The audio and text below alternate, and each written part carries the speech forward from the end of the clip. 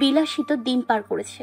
তারা ওই মাটির নিচেই শুয়ে আছে, যেখানে দরিদ্র, দিনমজুর, কৃষক এবং রাস্তার ফকির মানুষও শুয়ে আছে।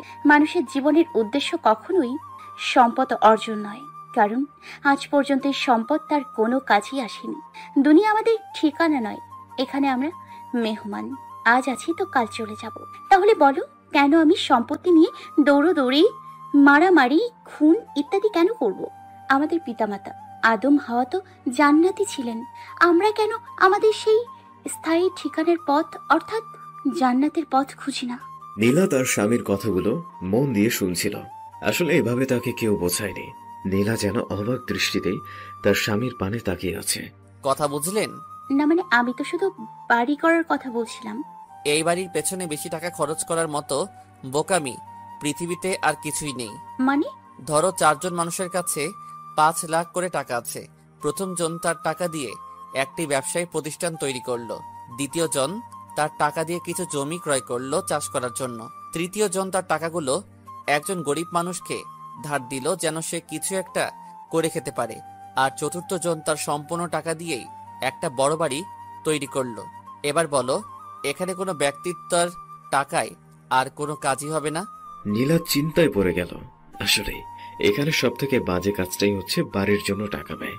কারণ যে ব্যবসা করছে তার ওখান থেকে কিছু আয় হয়, যে কৃষির জন্য জমি ক্রয় করলো সেটাও তার কাজে আসছে, আর যে অন্যকে ধার দিল সেও একসময় টাকাটা ফেরত পাবে, আর যাকে ধার দিয়েছে সেও জীবিকার জন্য কিছু করতে পারবে।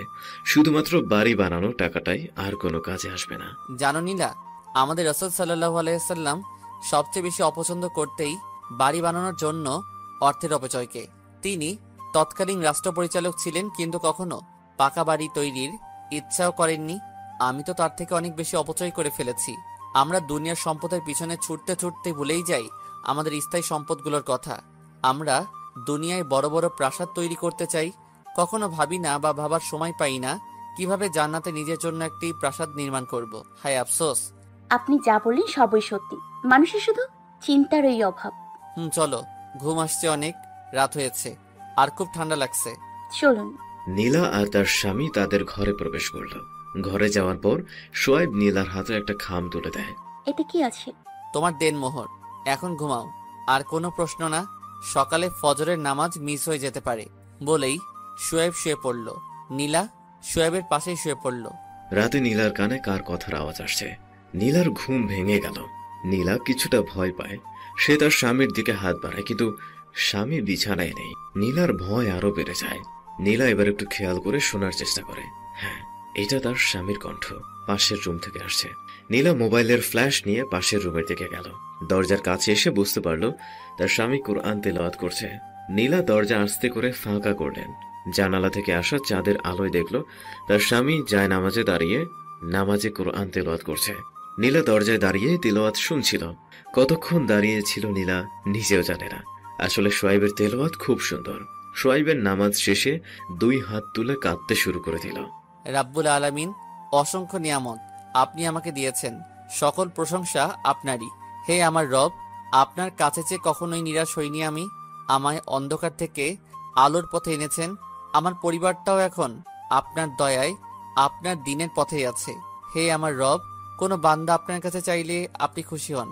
হে আমার রব, আপনি আমার স্ত্রীকে দিনদার বানিয়ে দিন, তাকেও আপনার দিনের পথে কবুল করে নিন। আমি তাকে নিয়ে শুধু দুনিয়াতেই নয়, জান্নাতেও একসাথে থাকতে চাই, যে জান্নাত আপনি মুমিন মুত্তাকিদের জন্য রেখেছেন। আমাদেরকে আপনার সে প্রিয় বান্দাদের দলভুক্ত করে নিন। শয়তান ও হিংসাকারীর হিংসা হতে আমাদের রক্ষা করুন। হে আমার রব, আমাদের ধর্ম ধারণের শক্তি দান করুন এবং মুসলমান থাকা অবস্থায় আমাদের মৃত্যু দান করুন। আল্লাহুম্মা আমিন। শোয়েবের মোনাজাত শেষ হতে নীলা কি যেন মনে করে সাথে সাথে বিছানায় গিয়ে ঘুমের অভিনয় করে পড়ে থাকলো। কিছুক্ষণ পরে শোয়েব এসে একটা চেয়ার টেনে নীলার সামনে বসলো। শোয়েব নীলার কপালে আলতো করে একটা চুমু দিল, তারপর বলতে শুরু করলো। জানো, অনেক ইচ্ছা ছিল একটা দিনদার মেয়েকে বিয়ে করার, কিন্তু হয়তো আমার তাকদীরে তুমি লেখা ছিলে। কারণ বাবা আমাকে না জানিয়েই তোমার বাবাকে কথা দিয়ে ফেলেছিল। আমি একদমই নারাজ নই তোমার উপর। হয়তো ভুল পথে ছিলে, সঠিক পথের সন্ধান পাওনি। আমি চেষ্টা করব তোমায় সঠিক পথটা দেখানো। পারবে না আমার চক্ষু শীতল করতে? পারবে না দিনের পথে থেকে আল্লাহ তাআলাকে খুশি করতে? তোমার সাথে আমি চিরস্থায়ী জান্নাতে থাকতে চাই। আমি জানি ঘুমিয়ে আছো, কথাগুলো শুধু শুধু বলা হচ্ছে। কালকের সময়টুকু খুব সুন্দর কেটেছে আমার, জীবনের বাকি সময়টুকু তোমার সাথে এভাবেই কাটিয়ে দিতে চাই। আল্লাহর কাছে প্রার্থনা করি তিনি যেন তোমায় হেদায়েত দান করেন। বলেই নীলার কপালে আরেকটা চুমু দিয়ে সেখান থেকে এসে আবার নীলার পাশে শুয়ে পড়ল। নীলার খুব কাঁদতে ইচ্ছে হচ্ছে। নীলা কখনো ভাবেইনি তার জীবনে এমন সময়গুলো আসবে। কোনো সাধারণ জীবনে এখন সে আর নেই। তার কাছে সবকিছুই যেন অসাধারণ লাগছে। তার থেকে বেশি ভালো লাগছে তার পাশে থাকা মানুষটাকে। নীলা মনে মনে প্রতিজ্ঞা করে নিল, আর যাই হোক, তার পাশে থাকা মানুষটাকে সে কষ্ট দেবে না। শোয়েব যখন ঘুমের গভীরে চলে গেল, নীলা তার পাশ থেকে উঠে অজু করে নামাজে দাঁড়িয়ে গেল। নীলা দুরাকাত নামাজ আদায় করে আল্লাহর কাছে শুকরিয়া জ্ঞাপন করল। নীলা বিছানায় এসে কিছুক্ষণ তার স্বামীর দিকে তাকিয়ে থেকে তার জায়গায় শুয়ে পড়ল। ফজরের আজান হয়ে গেল। নীলার ঘুম ভেঙে গেল। শীতের মধ্যে তার বিছানা ছেড়ে উঠতে মন চাচ্ছে না, তবুও মনের উপর জোর খাটিয়ে উঠে পড়ল। নীলা এবার তার স্বামীকে ডাক দিল। শোয়েব বেশ খুশি হলো। তার এমনটা ইচ্ছা ছিল যে তার স্ত্রী তাকে নামাজের জন্য তাড়া দিবে। এরপর নীলা ফ্রেশ হতে চলে গেল, আর শোয়েব এই ফাঁকে তার মা বাবাকেও জাগিয়ে তুলল। শোয়েব ফ্রেশ হয়ে অজু করে ঘরে ফজরের সুন্নত নামাজ আদায় করে নিল। নামাজ শেষ করে শোয়েব নীলার পাশে বসলো। বাহির থেকে শোয়েবের বাবা তাকে ডাকতে লাগলো। বাবা আপনাকে ডাকছি, আপনি মসজিদে যাবেন না? একটা সুন্নত আদায় করতে ইচ্ছে করছে। তাহলে করেন, তারপর যান, আপনাকে ডাকছি। রাগ করবা না তো? রাগ করবো কেন? শোয়েব নীলার কপালে একটা চুমু দিয়ে সেখান থেকে কেটে পড়ল। যাওয়ার আগে বলল, ঘর থেকে বাইর হওয়ার পূর্বে স্ত্রীর কপালে চুমু খাওয়া সুন্নত। নীলার স্বামীর কাণ্ড দেখে মুচকে হাসতে লাগলো। শোয়েব তার বাবার সাথে মসজিদের দিকে রওনা হলো নামাজের জন্য। নীলার তার মায়ের সাথে অর্থাৎ শাশুড়ির সাথে ঘরেই নামাজ আদায় করে নিল। বাবার সাথে নামাজ পড়ে একটু ঘুরতে গিয়েছিল সোহাইব, যে কারণে বাড়ি ফিরতে ফিরতে 8টা বেজে যায় তাদের। সোহাইব বাড়ি ফিরে দেখে তার স্ত্রী তার মায়ের সাথে রান্না করে। দুজনে বেশ ভালোই মিশে গেছে। শোয়েব আল্লাহর কাছে শুকরিয়া আদায় করেন এসবের জন্য। শোয়েব রুমে গিয়ে কোরআন নিয়ে বসলো। সে সূরা ইয়াসিন পাঠ করলো। সে জানে সূরা ইয়াসিন একবার পাঠ করলে 10 খতম কোরআন পড়ার নেকি তার আমল নামায় যোগ হয়। তাই সে এই অফারটা প্রতিদিনই নিয়ে নেয়। সূরা ইয়াসিন পড়ার পর সে অন্যান্য কিছু সূরা পাঠ করে, কারণ কুরআন তেলাওয়াত হলো সর্বোত্তম নফল ইবাদত। আর তাছাড়াও কুরআনের প্রতিটি অক্ষর পাঠ করলেই 10টি করে নেকি তার আমল নামায় যোগ হয়ে যায়। শোয়েব সবসময় চিন্তা করে কিভাবে তার আমল নামা ভারী করা যায় আর কিভাবে আল্লাহ তাআলার মাগফিরাতের রাস্তা খুঁজে পাওয়া যায়। শোয়েব সূরা ইয়াসিন বাদে প্রতিদিন 5টি করে আয়াত পাঠ করে এবং বিভিন্ন তাফসির থেকে তার অর্থ, নাজিল হওয়ার কারণ এবং উক্ত আয়াতগুলো থেকে উপদেশ গ্রহণ করার চেষ্টা করে। কারণ সে একটা সহিহ হাদিস থেকে জেনেছে রাসূল সাল্লাল্লাহু আলাইহি ওয়াসাল্লাম বলেন, জমিনে এমন কিছু মানুষ আছে যারা আল্লাহ তাআলার কাছে অত্যন্ত প্রিয় এবং আল্লাহ তাআলার খাস লোক। সাহাবীরা জিজ্ঞেস করে, হে আল্লাহর রাসূল, কারা সেই লোকগুলো? তখন তিনি বলেন, তারা হচ্ছে সেই সব ব্যক্তি যারা কুরআনওয়ালা। এখানে হাদিসের ব্যাখ্যাকারীরা কুরআনওয়ালা বলতে বলেছেন এরা হচ্ছে ওইসব লোক যারা কুরআন পড়ে, কুরআন বোঝে এবং কুরআনের কথা অনুযায়ী আমল করে। শোয়েব পড়া শেষ করে একটা ইসলামী সাহিত্যের বই নিয়ে বসে। আজকে সে অফিস থেকে ছুটি নেওয়া ছিল, তাই আর কোনো তাড়া নেই তার। কিছুক্ষণ পর নীলা রুমে আসলো। খাবার খাবেন না? চলুন। তোমার হাত তো পুড়ে গিয়েছিল, রান্না করলে কিভাবে? আমি রান্না করিনি, আমি তো মাকে একটু সময় দিচ্ছিলাম। ও আচ্ছা, চলো। শোয়েব নীলার সাথে খাবার ঘরে আসলো। শোয়েবের মা বাবার খাওয়া শেষের মধ্যেই, তোমরা আমার আগে খাওয়া শেষ করে ফেললে? তোর বাবার আজ নাকি একটু বেশি খিদে পেয়েছিল, তাই আমরা আগেই শুরু করে দিয়েছি। তুই বৌমাকে নিয়ে খেয়ে নে। শোয়েবের মা বাবা তাদের ঘরে চলে গেল। শোয়েব রাতের মতো একটা মাত্র প্লেটে খাবার নিল। নীলার পাশে বসে নিজ হাতে তার স্ত্রীর মুখে খাবার তুলে দিতে লাগল। দিনের আলোয় নীলার বেশ লজ্জায় লাগছিল, কিন্তু কিছুই করার নেই। তার হাতে ফোসকা পড়ে গেছে। তারা দুজন খাওয়া শেষ করে নিজেদের রুমে গেল বিশ্রাম করার জন্য। দুজনে গিয়ে বিছানায় হেলান দিল। আচ্ছা, আপনাকে একটু প্রশ্ন করব। করো। আমি মায়ের কাছে শুনেছি আপনি আলেম নন, আবার হায়েজও নন। আপনি জেনারেল শিক্ষিত, তাহলে আপনি দিনের পথে আসলেন কিভাবে? মানে আপনার এই পরিবর্তনটা আসলো কিভাবে? খুব জানতে ইচ্ছে হচ্ছে। শোয়েব মুচকি হেসে বলতে শুরু করে, হ্যাঁ, মা ঠিকই বলেছে। আমি আলেম নই, কোনো হাফেজও নই। স্কুল থেকে কলেজ, কলেজ থেকে ভার্সিটি, এগুলোই ছিল আমার শিক্ষা প্রতিষ্ঠান। আল্লাহ তাআলার খাস রহমতি আমায় আজ দিনের পথে এনেছে। না হলে কেউ ভাবতেই পারিনি যে আমার মধ্যে এমন চেঞ্জ আসবে। আমি তখন ইন্টারের স্টুডেন্ট, স্কুলের সবচেয়ে ভালো ছাত্র ছিলাম, শুধু পড়ায় না, ব্যবহারেও। তবে ইসলাম সম্পর্কে জানতাম না বললেই হয়। নামে মাত্র মুসলমান ছিলাম। স্কুল লাইফ শেষ করে কলেজ, ইন্টারে অর্ধবার্ষিক পর্যন্ত খুব মজাই করলাম। এবার আর আমি ভালো ছিলাম না। কলেজের সবচেয়ে দুষ্টদের তালিকায় স্থান করে নিয়েছিলাম। পরীক্ষার 2 দিন আগের রাত 1টার আশেপাশে কানে হেডফোন, সাথে গান বাজছে, আর আমি ফেসবুকে হয়তো চ্যাটিং করছিলাম। আমার রুমে আমি একাই থাকতাম, কারণ এতে আমার বেশ সুবিধা হতো রাত জেগে চ্যাটিং করতে। তো জানি না সেদিন ঠিক ওই মুহূর্তে যখন আমার কানে গান বাজছিল এবং আমি চ্যাটিং করছিলাম, তখন আমার মনে হঠাৎ একটা প্রশ্ন এসে টোকা দিল, এখন যদি তুই মারা যাস তোর কি হবে? কিছুক্ষণের জন্যে আমার দুনিয়াটাই থেমে গিয়েছিল। আমার কানও তখন গান বাজছিল, তবু যেন আমি কিছুই শুনছিলাম না। আমার হাতেই ফোন ভাইব্রেট হচ্ছিল, আমি যেন কিছুই টের পাচ্ছিলাম না। সত্যি তো, যদি মারা যাই তো আমার কি হবে? মা বাবা হয়তো কাঁদবে, তারা হয়তো অনেক কাঁদবে, কিন্তু তারাও আর আমায় তাদের সাথে এই ঘরে রাখবে না। ওই কবরস্থানে আমায় মাটির নিচে রেখে আসবে, যেখান দিয়ে দিনের সময়ও আমার যেতে ভয় করে। তারা আমার শরীর থেকে আমার পছন্দের ডিজাইন করা কাপড়গুলো খুলে নিবে, শুধুমাত্র সাদা কাফন পরিয়ে ওই মাটির নিচে রেখে আসবে। আমি তো কখনো শক্ত বিছানায় ঘুমাইনি। আমার মা বাবা কি কবরেও আমার জন্য নরম বিছানা করে দিবে? না, এমন কখনো তো কেউ করেনি। তার মানে আমাকে শুধু মাটিতেই শুইয়ে রেখে আসবে। আচ্ছা, বৃষ্টি হলে কি কবরের মধ্যে পানি ঢোকে না? মাটির নিচে তো অনেক পোকামাকড় থাকে, সেখানে আমি থাকবো কিভাবে? শুধু এসব কথাই ঘুরতে থাকে আমার মাথায়। এমন সময় মনে পড়ে আমি হয়তো কোনো বক্তার ওয়াজে শুনেছিলাম, নবী করিম সাল্লাল্লাহু আলাইহি ওয়াসাল্লাম বলেন, যারা রাতের বেলায় গান বাজনা শুনে ঘুমায় তারা মারা গেলে তাদের জানাজা দিও না। আর সত্যি তো, আমি যদি এখন মারা যাই তো আমি আমার রবের সামনে কি নিয়ে দাঁড়াবো? আমি তো ধর্ম বইতে পড়েছিলাম হাসরের ময়দানে সবাইকে আল্লাহ তাআলার সামনে দাঁড়াতে হবে। তখন আমি তাকে কি বলবো? তখন আমার কি হবে? হঠাৎ করেই কান থেকে হেডফোন খুলে ফেললাম, আমার ফোন এবং মেমোরি দুটোই ফরম্যাট করে দিলাম। আমার 3 বছরের সংগ্রহ করা গান ছিল, যা আমি কখনোই ডিলিট করতে চাইনি। সে সময় মুহূর্তের মধ্যে সব ফরম্যাট করে দিলাম, একটু কিছু মনে হলো না। ফোনটা অফ করে দিলাম। সেদিন রাতে আর ঘুমাতে পারিনি, খুব ভয় করছিল সেদিন। বারবার শুধু একটাই প্রশ্ন ভাসছিল আমার মনে, যদি মরে যাই, যদি মরে যাই। আল্লাহর কাছে খুব করে মাপ চাইছিলাম। চোখ থেকে নিজের অজান্তেই পানি বের হচ্ছিল, বালিশটাও ভিজে গিয়েছিল। সেদিন এত কান্না করেছিলাম সেই রাতে, অনেক ভয় করছিল, আর মনে হচ্ছিল এটাই হয়তো আমার জীবনের শেষ রাত। একটিবারের জন্যেও সেই রাতে ঘুমানোর চেষ্টা করিনি। এইভাবেই ফজরের আজান চলে আসলো কানে। আমি আগে কখনোই রাতে বাড়িতে বেড়ানোর সাহস পেতাম না। সেই আমি ওই ভোর রাতেই একাই উজু করে মসজিদের পথে ছুটেছিলাম। আল্লাহ আপনাকে একবার সতর্ক করে দিলেন হয়তো। জানো নীলা, সেদিন শুধু ওইটুকুই ছিল না আমার জন্য। ফজরের নামাজ শেষে বাড়ি আসছি, এমন সময় মসজিদের মাইক থেকে অ্যালার্ম হলো, আমাদের পাশের বাড়ির এক মহিলা গতকাল রাত 1টার দিকে ইন্তেকাল করেছে। আমি গিয়েছিলাম তার দাফনে। বিশ্বাস করো, সেই দিনই প্রথম কোনো কবরে মাটি দিতে গিয়ে আমার হাত কেঁপেছিল। আমি এর আগেও অনেক দাফন কাজে গিয়েছি, অনেক আগ্রহ নিয়ে গেছি, কিন্তু সেই দিনের অভিজ্ঞতা অনেক ভিন্ন ছিল। এরপর থেকেই আমি দিনের জ্ঞান সংগ্রহ করতে থাকি এবং নিজেকে এবং নিজের পরিবারকে এই পথে আনার চেষ্টা করি।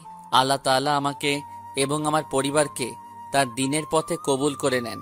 সত্যি, মানুষ যদি শুধুমাত্র একটি বার তার মৃত্যুর কথা ভাবতো, তাহলে হয়তো সে এমন বেদিন হতে পারত না। আমাদের রাসূল সাল্লাল্লাহু আলাইহি ওয়াসাল্লাম বলেছেন, বেশি বেশি ইস্তেগফার করো, আর দিনে একটিবারের জন্য হলেও কবর জিয়ারত করো। সত্যি, মানুষ যদি 5টি মিনিট কোনো কবরের পাশে গিয়ে দাঁড়িয়ে চিন্তা করত যে তার পরিণতিও একদিন এমনটাই হবে, তবে সে হয়তো আর ভুল পথে চলতো না। আসলে নীলা জানো, সাধারণ মানুষদের বেশি দোষ দেওয়া যায় না। আমাদের সমাজের কিছু ভণ্ড পীর তাদের এমন পথভ্রষ্ট বানিয়ে রেখেছে। তাহলে কি মানুষ পীরদের কাছে যাবে না? না, পীর খারাপ না। পীর হচ্ছেন শিক্ষক বা অভিভাবক। ইসলাম জানতে হলে, ইসলামের বিধিবিধান জানতে হলে তোমাকে একমাত্র কোরআনের কাছে আসতে হবে, পীরদের কাছ থেকে নয়। আমি বলছি না যে পীর দরকার নেই, অবশ্যই কিছু জ্ঞানী মানুষের দরকার আছে। যেমন কোরআনে বলা হয়েছে নামাজের কথা, কিন্তু এটা নেই যে কিভাবে নামাজ আদায় করতে হবে। নামাজ আদায়ের প্রক্রিয়া জানতে হলে তোমাকে কোনো ভালো আলেমের কাছে যেতে হবে, আর তুমি যার কাছ থেকে এগুলো শিখবে সেই হচ্ছে তোমার পীর, অর্থাৎ অভিভাবক। কিন্তু সমাজে কিছু অসাধু লোক, অর্থাৎ কিছু অসাধু ধার্মিক লোক নিজেদের সম্পদ তৈরির জন্য পীরের খেতাব নিয়ে মুসলমানদের ভিতরে ফিতনা ছড়িয়ে বেড়ায়। আমি আপনার কাছ থেকে অনেক কিছুই শিখলাম, তো এখন আপনি আমার পীর। নীলা, তোমায় আমি প্রথম শর্ত দিয়েছিলাম আমার মা বাবার খেদমত করা। মাশাআল্লাহ, আজ তোমাকে মায়ের সাথে রান্নাঘরে সময় দিতে দেখে খুব ভালো লাগলো। তোমার দ্বিতীয় যে শর্তটা দিয়েছিলাম তা হলো এই যে তুমি কখনো চাকরি করার ইচ্ছা করতে পারবে না, অন্তত আমি যতদিন আল্লাহর রহমতে সুস্থ আছি, কারণ এতে তোমার পর্দার সমস্যা হতে পারে। মানে একটা কথা বলবো, দয়া করে রাগ করবেন না, আমি শুধুই জানার জন্য বলবো। বলো। মানে এই নিয়মের ফলে কি নারীদের ঘরে বন্ধ করে রাখা হবে না? মানে এতে কি নারীদের ছোট করে দেখা হচ্ছে না? নীলার এই প্রশ্নে সোহাইব মুচকি হেসে বলতে শুরু করে। শোনো নীলা, একটা গল্প বলি, মনোযোগ দিয়ে শোনো। একটা ছেলে ছিল খুবই অলস, কখনোই কোনো কাজ করতে চাইতো না। তো ছেলেটার বাবা মা চিন্তা করলো ছেলেটার বিয়ে দিয়ে দেই, তাহলে হয়তো ছেলেটা নিজের সংসারের জন্যে হলেও কিছু করতে শিখবে। তো তারা ছেলেটাকে বিয়ে দিয়ে দিল। বিয়ের বছরখানিক পর তাদের একটি সন্তানও হলো, কিন্তু ছেলেটার এখনো সেই একই হাল। ছেলেটার বাবা মা এবার চিন্তা করলো যে তারা তাদের টাকা পয়সা সবকিছু নিয়ে কিছুদিনের জন্যে এখান থেকে চলে যাবে। তারা তাই করলো। তখন সেই অলস ছেলেটা পড়ে গেল বিপদে। খাবারের জন্যে তো তাকে কাজ করতেই হবে। তো এইবার কষ্ট করে হলেও সে কাজ করতে আরম্ভ করে দিল। কিন্তু এত কষ্ট করতে তার আর ভালো লাগছে না। তার মনে মনে একটা বুদ্ধি বের করলো। সে প্রতিদিন কাজ থেকে ফিরে বউয়ের সাথে গল্প করে, জানিস বউ, আজকে কাজ শেষ করে অন্যদের সাথে বেশ ভালোই গল্প করলাম। পরদিন এসে, জানিস বউ, কাজে যেতে এখন আলাদা একটা মজা লাগে। আরেকদিন, জানিস বউ, বাহিরের দুনিয়াটা দারুণ মজার। তুই তো সারাদিন ঘরেই বসে থাকিস, এসবের তুই কিছুই জানি না। ছেলেটার বউয়ের মনে আগ্রহ তৈরি হয় বাহিরের সমাজ সম্পর্কে জানার। তখন তার মনে বলে, বাহিরের সমাজটা অনেক মজার, তুই তো সারাদিন ঘরেই বসে থাকিস, তুই কিছুই জানিস না। এভাবেই নারীদের রাস্তায় নামিয়েছে কিছু অলস মানুষ। কোনো নারীর মাথায় একা একাই এই ভূত চাপেনি। বাহিরের দুনিয়া একদমই মজার না, এখানে পরিশ্রম করে উপার্জন করতে হয়। ইসলাম নারীকে ঘরে বন্ধ করে রাখেনি, ইসলাম নারীকে রাজরানী করে রেখেছে। ইসলাম নারীকে সংসার চালানোর জন্য জমি চাষ করতে বলেনি, এই দায়িত্ব পুরুষদের দিয়েছে। ইসলাম বলে স্ত্রীর কাছে যদি অনেক পরিমাণে সম্পদ থাকে আর স্বামী যদি ফকির হয়, তবুও স্ত্রী তাদের সংসারের বোঝা টানতে বাধ্য নয়, এই বোঝা ওই স্বামীকেই টানতে হবে। আমি বলছি না যে মেয়েরা সংসারের জন্য খরচ করতে পারবে না, আমি বলছি যে কোনো নারী তার সংসারের জন্য খরচ করতে বাধ্য নয়, তবে সে চাইলে করতে পারে। ইসলাম তোমাদের স্বাধীনতা দিয়েছে, ঘরে বন্ধ করে রাখেনি। এই ধারণাগুলো সমাজের ওইসব কাপুরুষের দেওয়া যারা নিজের স্ত্রীর পরিশ্রমে লালিত হতে চায়। আর বর্তমানে নারীদের মনেও ওই একটি কথাই আছে, আর তা হলো বাহিরের দুনিয়া অনেক মজার। আচ্ছা, এটা তো বুঝলাম, এবার পর্দার বিষয়টা একটু বলুন না। তার মানে কি মহিলাদের জন্য চাকরি করা হারাম? আমি বলিনি যে মহিলাদের জন্য চাকরি করা হারাম। অবশ্যই মহিলারা চাকরি করতে পারবে, তবে দুটি শর্ত অবশ্যই মানতে হবে। এক, স্বামীর অনুমতি অবশ্যই থাকতে হবে। দুই, কোনোভাবে যেন ফরজ পর্দা ছুটে না যায়। এই দুইটি শর্ত ঠিক থাকলে যে কোনো মহিলাই চাকরি করতে পারবে। আচ্ছা, এখানে চাকরির বিষয়টা তো ক্লিয়ার হলাম, এবার একটু পর্দার সম্পর্কে বলুন না প্লিজ। পর্দা আল্লাহ তাআলার পক্ষ হতে ফরজ, এবং পর্দার আইন পুরুষ এবং মহিলা উভয়ের জন্যই। পুরুষদেরও পর্দা করতে হয়? পুরুষদেরও পর্দার বিধান আছে। পুরুষদের প্রধান আইন হলো সতর, অর্থাৎ নাভি থেকে হাঁটুর নিচ পর্যন্ত ঢাকা থাকতে হবে। আর যারা প্রকৃত ঈমানের দাবি করে তারা নিজেদের চোখের পর্দা অবশ্যই করবে। নারীদের পর্দা? নারীদের শুধু মুখ, সমস্ত মাথা নয়, শুধু মুখ, হাতের পাতা থেকে কবজি পর্যন্ত আর পায়ের পাতা থেকে টাকনু পর্যন্তই প্রকাশ করতে পারবে, আর বাকি সবটুকুই তার সতর। বাড়ির বাহিরে যেতে হলে নারীকে তার সমস্ত শরীর, এমনকি মুখমণ্ডলও আবৃত করে রাখতে হবে, এটাই নারীদের পর্দা। এবং যারা মুমিনা দাবি করেন অবশ্যই নিজের চক্ষুকে হেফাজত করতে হবে। নারীদের ক্ষেত্রে এত কঠোরতা কেন? সোহাইব মুচকে হেসে বলে, শোনো, এটাও তোমায় বলছি, পুরুষরা বিভিন্ন ক্ষেত্রে পরিশ্রম করে, আর তাদের শরীরে প্রকাশ্যমান শুধুমাত্র এমন অংশটুকুই তারা প্রকাশ করে। আর একটা কথা জানো নীলা, এই পর্দায় নারীদের সম্মান বৃদ্ধি করেছে। সেটা কিভাবে? তোমার মায়ের সবচেয়ে দামি গলার হারটা এবং তোমাদের টাকাগুলো কোথায় রেখেছে? কেন? বলো, তারপর বলছি। লকারি। লকার কোথায় রাখা? আলমারিতে। আলমারি কি বাড়ির ভিতরে না বাহিরে? অবশ্যই বাড়ির ভেতরে। বাড়ির বাহিরে চারপাশে প্রাচীর দেওয়া আছে? হ্যাঁ আছে। তোমাদের বাড়িতে সিকিউরিটি গার্ড আছে? হ্যাঁ আছে, কিন্তু আপনি এগুলো কেন জিজ্ঞেস করছেন? দেখো নীলা, টাকা পয়সা গহনা এগুলো হচ্ছে বস্তু, কিন্তু শুধুমাত্র এই বস্তুগুলোর জন্য তোমরা কতগুলো সিকিউরিটি রেখেছো? লকার, আলমারি, পাকা বাড়ি, চারপাশে প্রাচীর, তারপর আবার সিকিউরিটি। তো তুমি কি আমার কাছে এর থেকেও সস্তা যে তোমার জন্য কোনো সিকিউরিটি রাখবো না? রাসূল সাল্লাল্লাহু আলাইহি ওয়াসাল্লাম বলেন, নেককার স্ত্রী হচ্ছে মুমিনের সবচেয়ে বড় সম্পদ। তো এবার বলো নীলা, আমি কি আমার এত বড় সম্পদটার জন্য কোনো নিরাপত্তা রাখবো না? পর্দাটাই হচ্ছে তোমার জন্য আল্লাহ তাআলার পক্ষ থেকে সেই নিরাপত্তা বেষ্টনী। নীলা, খেয়াল করে দেখো, কোনো পর্দাশীল মেয়েকে রাস্তার বখাটেরা বাজে কথা বলে না, তাদের উপর কারো লোলুপ দৃষ্টি পড়ে না। পর্দাশীল মেয়েদের ইফটিজিং এর শিকার হতে হয় না, উল্টো পর্দাশীল মেয়েকে সমাজ সম্মানের চোখে দেখে। এখানে একটা ঘটনা বলি নীলা, বলুন। তুমি কি কখনো কচ্ছপ দেখেছো? হ্যাঁ, দেখেছি। দেখো নীলা, কচ্ছপের শরীরে আল্লাহ তাআলা কত শক্ত একটা বেষ্টনী দিয়ে রেখেছেন, আর কচ্ছপ যত চেষ্টা করুক তার থেকে বেরিয়ে আসতে পারে না। কিন্তু আসল কথা কি জানো নীলা? কচ্ছপটাকে আবৃত করে রাখা ওই শক্ত খোলসটাকে নিজের জেলখানা মনে করে না, কারণ সে জানে আল্লাহ তাআলাই ওই শক্ত আবরণটা দিয়েই তাকে অনেক বিপদ থেকে রক্ষা করে। তারা ওটাকে নিজের সিকিউরিটি মনে করে, নিজের জেলখানা নয়। পর্দাও তদ্রূপ মেয়েদের সিকিউরিটি। এটা তোমাদের উপর অবিচার নয়। আল্লাহ তাআলা কখনোই কারোর সাথে অবিচার করেন না, তিনি সবকিছু সব থেকে ভালো বোঝেন। সুতরাং তার প্রদত্ত সকল আইন নিঃসন্দেহে আমাদের মঙ্গলের জন্যই। স্বামীর কথায় নীলার চোখ খুলে যায়। আসলে কথাগুলো সত্যি। নীলা মনে মনে প্রতিজ্ঞা করে যতই কষ্ট হোক নিজেকে সব সময় পর্দায় রাখবে। এরপর সোয়াইব আর নীলা আরো কিছুক্ষণ কথা বলে তারপর সোয়াইব বসে একটু লেখালেখি করতে আর নীলা চলে যায় তার শ্বশুর শাশুড়ির সাথে কিছুক্ষণ সময় কাটাতে। দেখতে দেখতেই দুপুর হয়ে যায়। সোয়াইব ও তার বাবা গোসল করে মসজিদের উদ্দেশ্যে রওনা হয়। নীলা এবং তার মা অর্থাৎ শাশুড়িকে সে মা বলেই ডাকে, তাই মা বলতেই ব্যবহার করা হয়েছে। তো যাই হোক, নীলা এবং তার মা বাড়িতে নামাজ আদায় করে নেয়। নামাজ আদায়ের শেষ নীলা এবং তার মা বসে থাকে। সোয়াইব এবং তার বাবা মসজিদ থেকে ফিরলে তারা টেবিলে খাবার নিয়ে আসে। সো এখানে আরেকটা কথা আপনাদের জানা উচিত যে খাবার সাজিয়ে আরেকজনের জন্য অপেক্ষা করা ঠিক নয়। সবাই আসলে তারপর খাবার সাজানোই সুন্নত। এটা মনে করে দুপুরে খেয়ে সবাই একটু ঘুমোতে যায়, কেননা রাতে তাহাজ্জুদ পড়তে হবে। নীলা তার স্বামীর সাথে ঘুমিয়ে পড়ে। আসরের কিছুক্ষণ আগে সবাই উঠে যায়। আসরের নামাজ শেষ করে নীলা বাড়ির পেছন দিকটায় আসে, যেখানে দোলনা আছে, অর্থাৎ গত রাত স্বামীর রাতে যেখানে বসে আকাশের দিকে তাকিয়ে কিছু সময় কাটিয়েছিল সে। বাইরে এসে নীলা মুগ্ধ হয়ে যায়। খুব সুন্দর পরিবেশ, চারপাশে বিভিন্ন রকমের ফুল গাছ, তার মধ্যে দিয়ে একটা রাস্তা, আর রাস্তার শেষ মাথায় সেই দোলনাটি। রাতের বেলায় নীলা বুঝতে পেরেছিল যে চারপাশে অনেক ফুল গাছ রয়েছে, কিন্তু জায়গাটা যে এত সুন্দর হবে চিন্তা করেনি সে।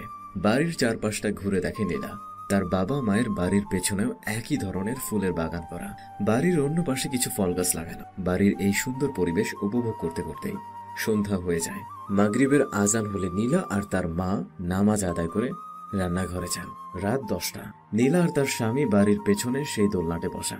আপনি কি এখানে প্রতিদিনই আসেন? কেন?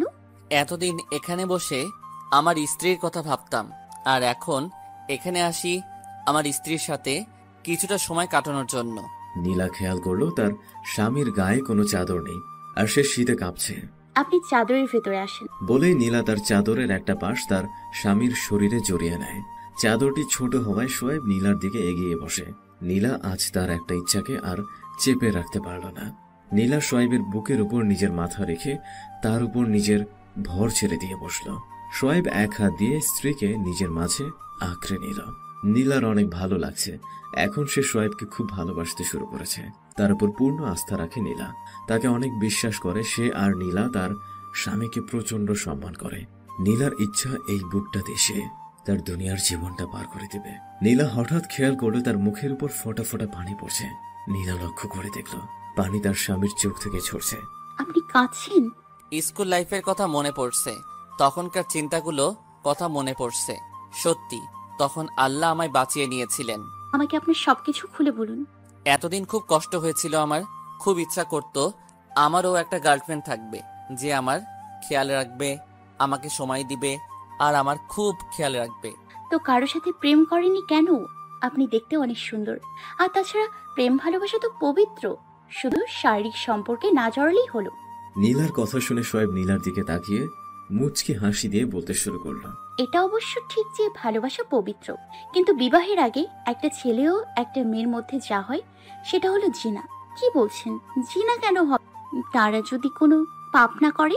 বৈবাহিক সম্পর্ক ছাড়া তারা একে অপরের কাছে গিয়েছে, এটাই তাদের পাপ।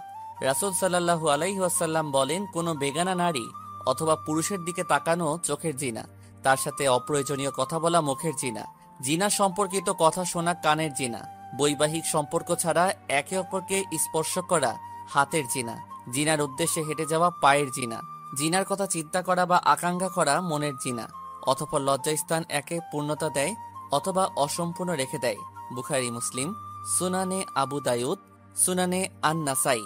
আল্লাহ তাআলা জিনা নিষিদ্ধ করেছেন। তিনি বলেন, তোমরা জিনার ধারের কাছেও যেও না, কেননা তা অত্যন্ত নির্লজ্জ এবং খারাপ কাজ।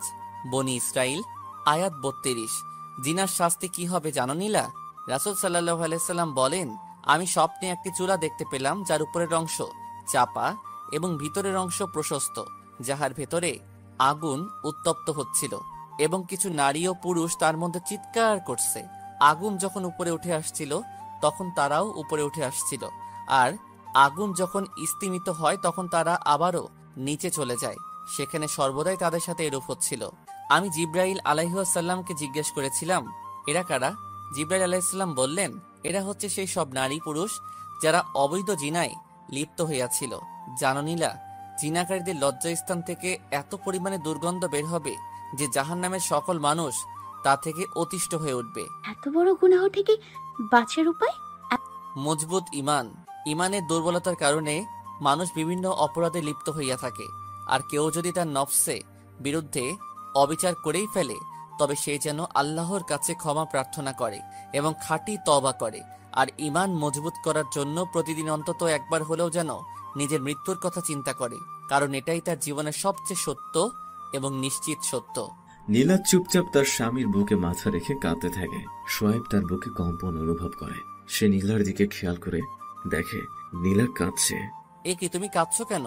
কিছু সত্য বলবো, রাগ করবে না তো? না, রাগ কেন করব, তুমি বলো। জানেন, কলেজ লাইফে একটা ছেলেকে খুব ভালো লাগতো। শয়তানের ধোকায় পড়ে অনেক সময়ই তার সাথে কাটিয়েছি। আল্লাহ কি এখন আমায় ক্ষমা করবেন? তুমি কি তাওবা করেছো? আমি আল্লাহর কাছে ক্ষমা প্রার্থনা করেছি। শোনো, আমার আদরের বউ, তওবা মানে শুধু ক্ষমা প্রার্থনা করা নয়। তাওবা আরবি শব্দ, যার অর্থ ফিরে আসা। অর্থাৎ কোনো গুনাহ করার পর সেই পথ থেকে ফিরে এসে সে কাজটাকে মন থেকে ঘৃণা করা এবং তারপর আল্লাহ তাআলার করে তোমার হয়ে যাওয়া অপরাধের জন্য মন থেকে ক্ষমা প্রার্থনা করা, আর তাকে কথা দিতে হবে যে তুমি আর উক্ত কাজটি করবে না। এই পদ্ধতিটির নামই হলো ফিরে আসা, অর্থাৎ তাওবা। আর এটাও জেনে রাখো, আল্লাহ তাআলা তাওবাকারীদের পছন্দ করেন। আচ্ছা, একটা প্রশ্ন করব, দয়া করে সত্য কথাটা বলবেন। বলো। আমি দেখতে এতটাই খারাপ যে কলেজের কোনো ছেলে আমার সাথে সম্পর্কেই জড়াতে চাইতো না, কিন্তু সেই আমাকে আপনি হাসি মুখে মেনে নিলেন কিভাবে? আর এতটা ভালোবেসে বুকে আগলে রাখছেন কিভাবে? সোয়েব নীলার কপালে একটা চুমু খেয়ে বলতে শুরু করে, তুমি একদমই দেখতে খারাপ নও। অন্যরা কি দেখে দেখো, কিন্তু তুমি আমার কাছে অনেক সুন্দর। আমি আশা করি আমার স্ত্রী একজন জান্নাতি মহিলা, আর জান্নাতীরা কখনোই কুৎসিত নয়। আল্লাহ তাআলা বলেন, নিশ্চয়ই আমি মানুষদেরকে সুন্দর অবয়বে সৃষ্টি করেছি। সূরা ৩ আয়াত ৪, যেখানে আল্লাহ বলেন তিনি তোমাকে সুন্দর করে সৃষ্টি করেছেন, সেখানে মানুষের কথার কোনো দামই নাই। এইভাবে কি সবসময় আমার পাশে থাকবেন? আল্লাহ যতদিন রাখবেন ততদিন তো অবশ্যই থাকবো। নীলা সোয়েবকে শক্ত করে জড়িয়ে তার বুকে মাথায় রেখে কাঁদতে থাকে। তবে এটা দুঃখের কান্না নয়, এটা অনেক বড় কিছু প্রাপ্তির কান্না। নীলা তার প্রত্যাশিত ভালোবাসা পেয়ে গেছে, আর এই ভালোবাসায় কোনো দোষ নেই। এটা অপরাধ নয়, এটা আল্লাহ তাআলাই তাদের দুজনের মধ্যে সৃষ্টি করে দিয়েছেন। হ্যাঁ, এটাই হালাল ভালোবাসা। নীলা, অনেক রাত হয়েছে আর খুব ঠান্ডা পড়ছে, চলো ঘরে যাই। আর একটু থাকি, খুব ভালো লাগছে। সোয়েব কিছু বলল না। সেখানে আরো কিছুক্ষণ সময় পার করে ঘরে এসে শুয়ে পড়ল। নীলা আজ তার স্বামীর বুকে মাথা রেখে ঘুমিয়ে পড়ল। রাত ৩টার দিকে সোয়েবের ঘুম ভেঙে গেল, আর এটা তার অভ্যাস হয়ে গেছে। আগে কষ্ট হলেও এই সময় অনেক চেষ্টা করে হলেও ঘুম থেকে উঠত, কারণ সে জানে রাতেই এই সময়টায় তার রব প্রথম আসমানে এসে তার বান্দাদেরকে তার কাছ থেকে কিছু চেয়ে নিতে বলে। আজ সোয়েবের ঘুম ভেঙে দেখলো নীলা এখনো তার বুকের উপর ঘুমিয়ে আছে। সোয়েব নীলার কপালে চুমু এঁকে দিয়ে আস্তে করে তাকে বালিশে শুইয়ে দিয়ে বিছানা ছেড়ে উঠছিল। এমন সময় সোয়েবের হাত ধরল নীলা। সোয়েব নীলার দিকে তাকিয়ে দেখে নীলার ঘুম ভেঙে গেছে। আপনি আমায় কেন ডাকেন না? গতকালও একা একাই আল্লাহর কাছে কাঁদলেন।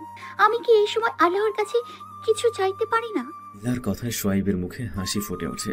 হ্যাঁ, সোয়াইব নীলাকে ইচ্ছে করেই ডাকেনি। সে ভেবেছিল এত তাড়াতাড়ি নীলাকে ডাকলে হয়তো সে রাগ করবে, কারণ নীলার ঈমান এখনো মজবুত হয়নি। তাই নীলার মুখ থেকে কথা শুনে বেশ খুশি হয় সে। দাঁড়িয়ে হাসছেন কেন? আর আমায় ঘুম থেকে ডাকলেন না কেন? কাল থেকে ডাকবো ইনশাল্লাহ। তারপর দুজনেই ফ্রেশ হয়ে অজু করে তাহাজ্জুদ নামাজ আদায় করে নিল। নামাজ শেষ করে তারা তাদের রবের কাছ থেকে নিজেদের কিছু প্রয়োজন চেয়ে, যা তাদের ইহকাল এবং পরকালের কাজে আসবে। তারপর সোয়াইব এসে বিছানায় শুয়ে পড়ল। নীলাও এসে সোয়াইবের বুকে মাথা রেখে শুল। এ কি, তুমি এখানে শুচ্ছ কেন? তো কোথায় শুব? তোমার বালিশে সব। না, বালিশে শুলে ফজরে যদি আপনি না ডাকেন তাহলে হয়তো উঠতে পারবো না। তার থেকে ভালো আমি এখানেই শুব। আপনি নামাজের জন্য উঠলে আমারও ঘুম ভেঙে যাবে। নীলার কথা শুনে সোয়াইব তাকে জড়িয়ে নিল বুকের মাঝে। বাহ, আমার বউটা তো বেশ চালাক। জি জনাব। নীলা, হুম। মনে আছে তুমি না বলেছিলে ইসলাম অনেক কঠিন? দেখো, আজ নিজের দিকে তাকিয়ে এই শীতের রাতে আরামের বিছানা ছেড়ে তুমি নিজেই উঠে গেছো। এমন শীতের মধ্যেও ঠান্ডা পানি দিয়ে অজু করে আল্লাহকে সেজদা করলে। এখনো কি মনে হয় ইসলাম কঠিন? ইসলাম একদমই কঠিন নয়, বরং এতেই শান্তি লুকিয়ে আছে। সত্যি বলছি, এই মুহূর্তে আমার যে কতটা ভালো লাগছে আমি আপনাকে বলে বোঝাতে পারবো না। আপনাকে অনেক ধন্যবাদ আমাকে আমার বরের সাথে পরিচিত করানোর জন্য। বউ কখনো ধন্যবাদ বলবা না, কারণ এটা কোনো কাজে আসে না। এমন কিছু বলো যা বললে নেকিও হয় এবং সেটা আল্লাহ তাআলার পক্ষ থেকে মঙ্গলও নিয়ে আসবে। তাহলে কি বলবো? জাজাকাল্লাহ খাইরন, এর অর্থ আল্লাহ আপনাকে উত্তম প্রতিদান দান করুক। জাজাকাল্লার খয়রন। ওয়া ইয়াকি, এটার মানে কি? এর মানে তোমার প্রতিও। এরকম আরো কিছুক্ষণ কথা বলে দুজনেই ঘুমিয়ে যায়। সকালে সোয়াইব আর তার বাবা মসজিদ থেকে বাড়ি ফেরে। নীলা তখন তার মায়ের সাথে রান্নাঘরে। সোয়াইব নিজের ঘরে গিয়ে কুরআন নিয়ে বসে। এটা তার প্রতিদিনের কাজ। কুরআন তিলাওয়াত এবং তাফসির পড়ার পর সোয়াইব গোসল করে নিচে যায়। আজ অফিস আছে, তার একটু দাঁড়াই আছে সে। মা টেবিলে খাবার দেয়। নীলা সবাইকে খাবার পরিবেশন করে, কিন্তু নিজে বসছে না। সবাই বলেছে নীলাকে বসতে, কিন্তু সে বলল আমি পরে খাবো, আপনাদের শেষ হোক। খাওয়ার মাঝে সোয়াইব লক্ষ্য করলো নীলা কেমন যেন তার দিকে তাকিয়ে আছে। কিছু বলবে? না, আপনি খেয়ে নিন। মা বাবার খাওয়া শেষ হলে তারা নীলাকে খেতে বসতে বলে চলে গেল।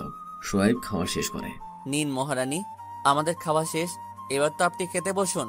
আমি খাবো না, আমার খিদে নেই। সোয়াইব চিন্তায় পড়ে গেল, হঠাৎ কি হলো। সোয়াইব একটু ভালো করে চিন্তা করলো। ইস, আমার তো মনেই ছিল না। মহারানী মনে হয় রাগ করেছে, এখন রাগ ভাঙাতে হবে। সোয়াইব নীলার কাছে গেল।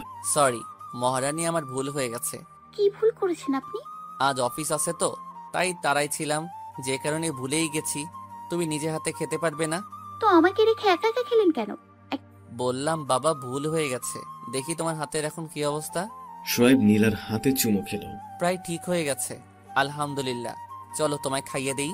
নীলা বাচ্চা মেয়ের মতো চেয়ারে বসে পড়ে। সোয়াইব নীলার অবস্থা দেখে হেসে দেয়। নীলার জন্য খাবার নিয়ে তাকে খাইয়ে দিতে থাকে। একটা প্রশ্ন করব? বলো। আপনি সবসময় এমন হাসেন কেন? এটাও সুন্নাত। আর এখন চুপচাপ খাও, খাওয়ার সময় কথা বলতে হয় না মহারানী। সোয়াইবের কথা শুনে নীলা চুপচাপ খেতে লাগলো। খাওয়া শেষে সোয়াইব অফিসের জন্য প্রস্তুত হচ্ছে। নীলা, নীলা, জি বলুন। রান্নাঘরে আছি। এদিকে আসো। কিছুক্ষণ পর জি, কিছু বলবেন? অফিসে যাবো তো। তো যান। আমি কি আপনাকে না করেছি? চুল আশ্রে দাও। আমি চুল আছড়ে দিব। আপনি কি ছোট বাচ্চা নাকি? আমার বউকে যদি ছোট বাচ্চাদের মতো খাইয়ে দিতে হয়, তাহলে আমার বউ কেন আমার চুল আশ্রয় দিতে পারবে না? ও, এই কথা। আসুন আশ্রয় দিচ্ছি। সোয়াইবের চুল আঁচড়ে দেওয়ার পর নীলা সোয়াইবকে দেখে হাসছে। কি হলো, হাসছো কেন? না, কিছু না। নীলার হাসি দেখে সোয়াইবের সন্দেহ হয়। সে আয়নার দিকে তাকিয়ে দেখে তার চুলের উপর দিয়ে ঝড় গেছে। নীলা এমন ভাবে চুল আঁচড়েছে যা দেখে সোয়াইবের নিজেরই হাসি পাচ্ছে। ও, তো এই হইল ব্যাপার। তাই তো বলি মহারানী এত হাসছে কেন। আপনাকে খুব সুন্দর লাগছে। ঠিক আছে মহারানী, যখন এত কষ্ট করে আশ্রয় দিয়েছেন, আজ এভাবেই অফিসে যাব। এই না না, এভাবে গেলে সবাই হাসবে। আমি ঠিক করে দিচ্ছি। নীলা সোয়াইবের চুল ঠিক করে দিচ্ছে। সোয়াইব এক ধ্যানে তার দিকে তাকিয়ে আছে। নিন, হয়ে গেছে। নিজের খেয়াল রেখো। বলেই নীলার কপালে একটা চুমু দিয়ে নিজের ব্যাগ নিয়ে দরজার দিকে হাঁটতে থাকে সোয়াইব। নীলাও চলে তার পিছু পিছু। সোয়াইব চলে যায়। বের হয়ে নীলা আল্লাহর কাছে তার স্বামীর নিরাপত্তা প্রার্থনা করে। দুপুরে নীলা ফোন দেয় সোয়াইবকে। আসসালামু আলাইকুম। ওয়ালাইকুম আসসালাম। জি, কিছু বলবেন মহারানী? আপনি দুপুরে খাবার খেয়েছেন? জি মহারানী। জোহরের নামাজ আদায় করেছেন? জি মহারানী। আপনার নামাজ হয়েছে? হ্যাঁ। আপনি কখন বাড়ি ফিরবেন? কিছুক্ষণ পরে ফিরবো ইনশাআল্লাহ। ঠিক আছে, তাহলে এখন রাখি। আসসালামু আলাইকুম। ওয়ালাইকুম আসসালাম। নীলা ফোন রেখে দেয়। আজ নীলার সময় কাটতেই চাইছে না। সে তার স্বামীকে একটু বেশি মিস করছে। বিকেল 3টার দিকে বাড়ি ফিরে সোয়াইব। এত দেরি করলেন কেন? আজ তো তাড়াতাড়ি বাড়ি ফিরলাম। আমার অফিস ছুটি তো 5টায়। ও কিছু হয়েছে? না, কিছু না, আপনি ফ্রেশ হয়ে আসুন। সোয়াইব বুঝতে পারে নীলার সমস্যা কি, আর সে এটাও আন্দাজ করে নেয় এর মূল কারণ। সোয়াইব ফ্রেশ হয়ে বিছানায় শুয়ে কিছুক্ষণ বিশ্রাম নেয়। নীলা এসে সোয়াইবের মাথা নিজের কোলে উঠিয়ে নেয়। মহারানী কি খুব মিস করেছে আমায়? হুম। মহারানী কি খুব বেশি ভালোবাসে আমায়? আমি জানি না। কাজ তো করতেই হবে, তাই না? হুম। সোয়াইব আর কিছু বলে না। নীলা সোয়াইবের মাথায় হাত বুলিয়ে দেয়। সোয়াইব নীলার কোলে ঘুমিয়ে পড়ে। এদিকে আসরের আজান হয়ে যায়। নীলার মন চাইছে সোয়াইবকে ডেকে দিতে, কিন্তু আবার মনে হচ্ছে অফিস থেকে আসলো, এখন সে ক্লান্ত হয়, তাই থাক। নীলা সেভাবেই বসে থাকে। আসরের সময় যখন মাখরু, তখন সোয়াইবের ঘুম ভাঙে। ঘুম থেকে উঠে দেখে নীলা এখনো সেভাবেই বসে আছে। বেলার দিকে তাকিয়ে দেখে আসরের সময় প্রায় শেষ। নীলা, আসরের আজান হয়েছে? হ্যাঁ। আমায় ডাকুনি কেন? আমার মনে হলো আপনি ক্লান্ত, তাই। তুমি নামাজ আদায় করেছো? না, এখনো করিনি। তাড়াতাড়ি চলো, সময় প্রায় শেষের দিকে। তারপর সোয়াইব এবং নীলা দুজনেই নামাজ আদায় করে নিল। সোয়াইব নীলাকে এই বিষয়ে কিছুই বলল না। নামাজের পর বিকেলে সোয়াইব বাজারের দিকে গেল। রাত 9টার দিকে বাড়ি ফিরল সে। আপনি কোথায় ছিলেন এতক্ষণ? আর ফোন অফ কেন? এই তো বাহিরে একটু কাজ ছিল, আর ফোনে চার্জ নেই। মা বাবা কোথায়? তারা ঘরে শুতে গেছে। খাবার খেয়েছে? হ্যাঁ, তারা খেয়েছে। তুমি খাইছো? না, আপনার জন্য বসছিলাম। তুমি খাবার রেডি করো, আমি ফ্রেশ হয়ে আসছি। সোয়াইব নীলাকে খাইয়ে দিচ্ছিল, এমন সময় নীলা খাবার নিয়ে সোয়াইবকে খাইয়ে দিতে লাগলো। তোমার হাত তো ঠিক হয়ে গেছে, তাহলে আমায় খাইয়ে দিতে বললে কেন? আপনার হাতেই খেতে ভালো লাগে। তাহলে আর কতদিন খাইয়ে দিতে হবে? আপনার ভালো না লাগলে আর খাইয়ে দিতে হবে না। আরে মহারানী রাগ করে কেন? আমি তো এমনি জানতে চাইলাম। নাও হা করো। খাওয়া শেষে প্রতিদিনের মতোই তারা বাগানের দোলনাটিতে গেল। নীলা বরাবরের মতো আজকেও একটা চাদর নিল দুজনের মধ্যে। চাঁদের আলোয় দুজন এক চাদরের ভেতরে বসা। দিনের এই সময়টা নীলার কাছে সব থেকে পছন্দের। মহারানী, একটা প্রশ্ন করব। বলুন। আমায় কতটা ভালোবাসো? অনেক ভালোবাসি, সত্যি বলছি। জানি না কতটা, তবে অনেক বেশি ভালোবাসি আপনাকে। এই ভালোবাসার উদ্দেশ্য কি? মানে কোন স্বার্থে আমায় এত ভালোবাসো?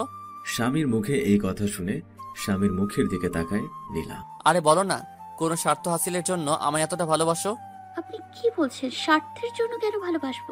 আপনি আমার স্বামী, আমার সবচেয়ে প্রিয় মানুষ। আপনাকে কেন স্বার্থের জন্য ভালোবাসবো? তুই যদি কোনো স্বার্থের জন্য আমায় ভালো না বেসে থাকো, তাহলে তোমার ভালোবাসা আমার আর তোমার কোনো উপকারে আসবে না, বরং এই ভালোবাসা আমাদের গোমড়া করে দিবে। আপনি কি বলছেন এগুলো? নীলা, মনোযোগ দিয়ে শোনো। আমি তোমায়, আমার বাবা মাকে এবং আমার মুমিন ভাইদের ভালোবাসি একমাত্র আল্লাহ তাআলাকে খুশি করার জন্য। জানো নীলা, বর্তমান সমাজের প্রায় সবাই এই কথাগুলো শুনেছে। পড়ালেখা করো, ভালো রেজাল্ট করো, তোর আগামী অনেক ভালো হবে। বুড়ো বয়সে কষ্ট করতে হবে না। এখন পড়ালেখা না করলে অনেক আফসোস করতে হবে। কষ্ট করে জীবন পার করতে হবে, না খেয়ে মরতে হবে। এই কথাগুলো আমাদের সমাজের প্রত্যেকটা ছাত্রই শুনে থাকে, তার মা বাবার কাছ থেকে, আপন জনদের কাছ থেকে। তারা ছেলেটির ভালো চায়, তাই এই কথাগুলো বলে। তারা ছেলেটাকে ভালোবাসে, কিন্তু এই ভালোবাসা নিঃস্বার্থ, যার পিছনে তাদের কোনো স্বার্থ নাই। এখন তাদের উপদেশগুলোর দিকে লক্ষ্য করে দেখো, উপদেশগুলোর কতটুকু কাজে আসছে। তাদের উপদেশগুলো যদি ওই ছেলেটা মেনেও নেয়, তবে তাদের কতটা উপকার হচ্ছে।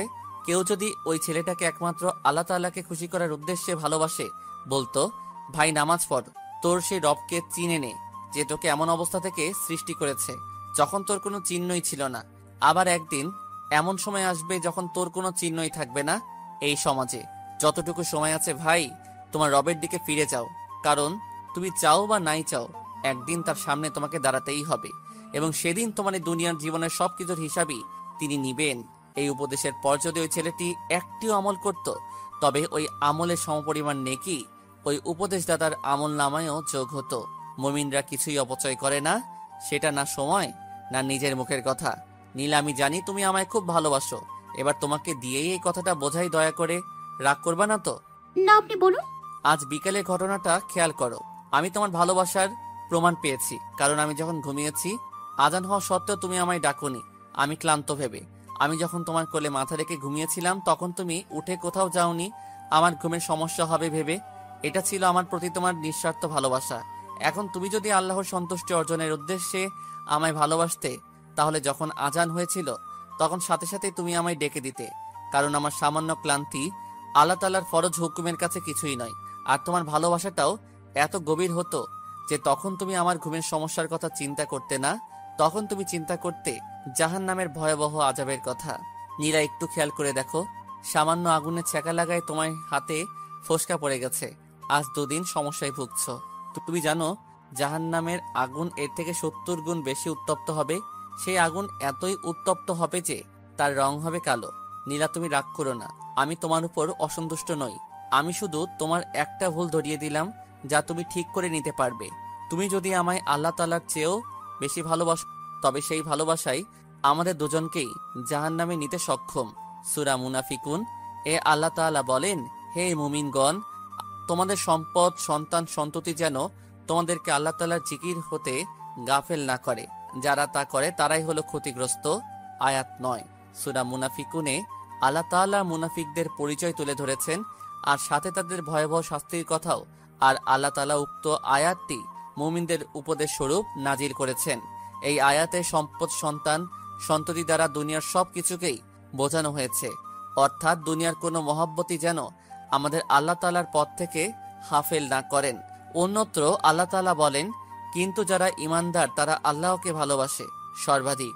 সূরা বাকারা আয়াত 165। নীলা, আমি তোমার কাছে নিঃস্বার্থ ভালোবাসা চাই না। আমি চাই তুমি একমাত্র আল্লাহ তাআলার সন্তুষ্টি অর্জনের উদ্দেশ্যেই আমায় ভালোবাসো।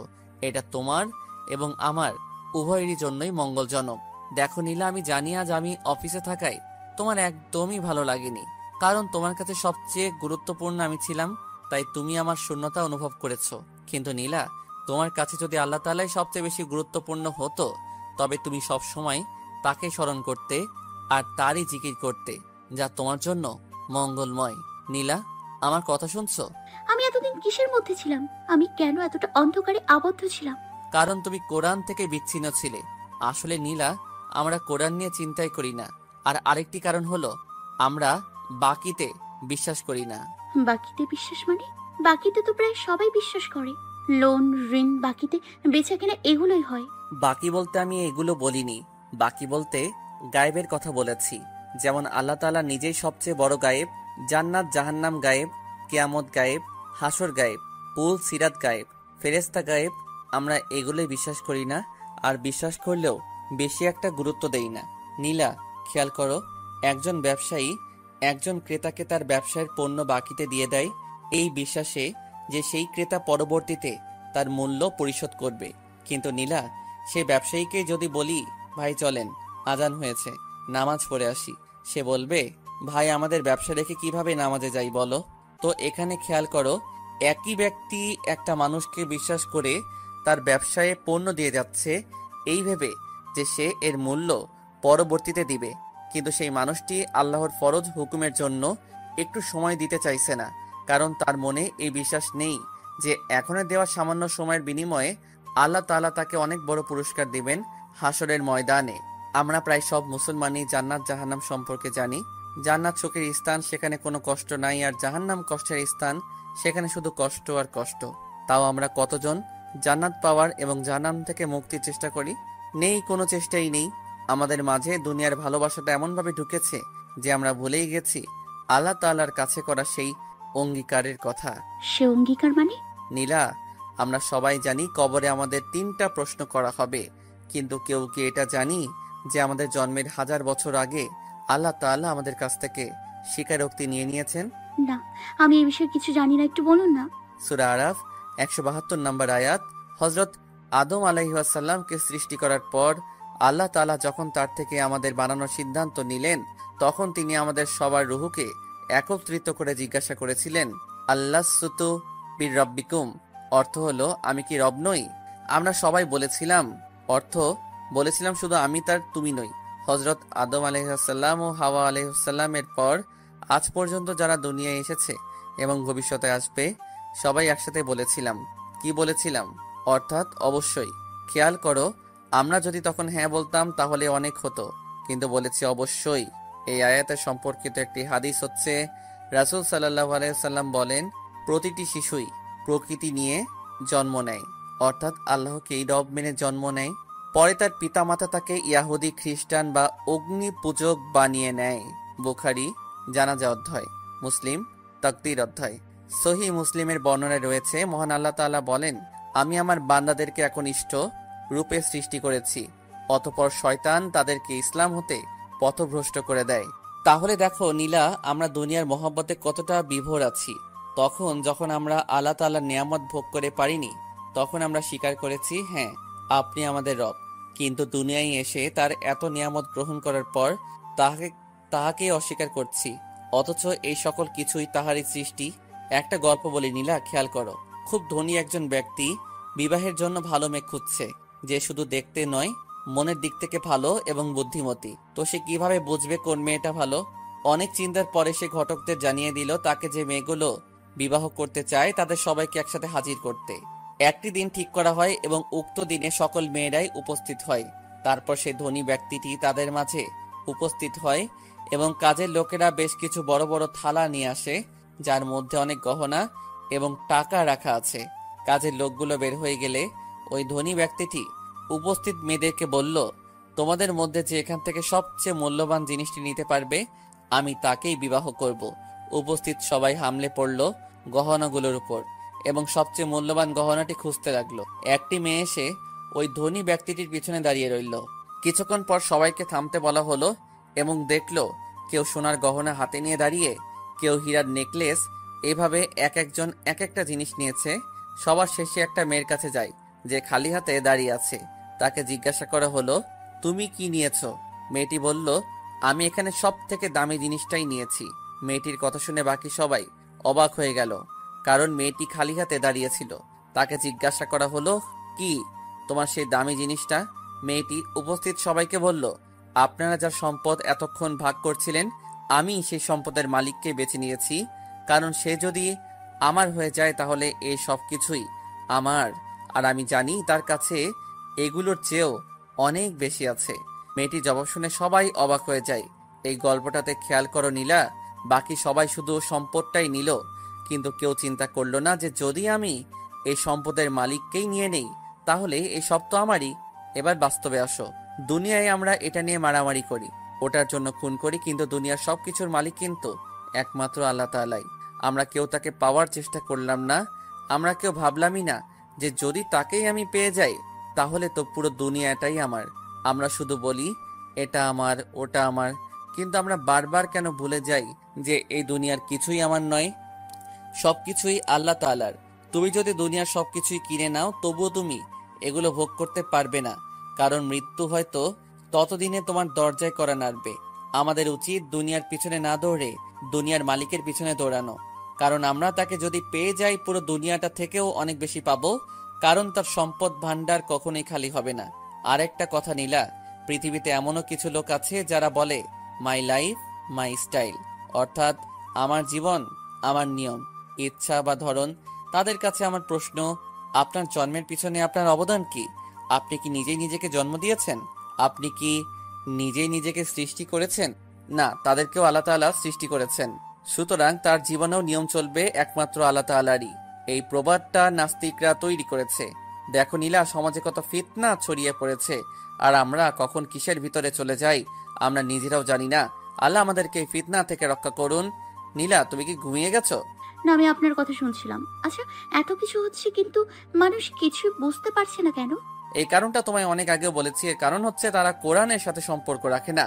তুমি জানো পবিত্র কোরআনের কোন সূরাটা সবার আগে অবতীর্ণ হয়েছে? হ্যাঁ, সূরা আলাকা প্রথম 5 আয়াত। আর সূরা আলাকের প্রথম আয়াতের প্রথম শব্দটাই হচ্ছে অর্থাৎ পড়ো।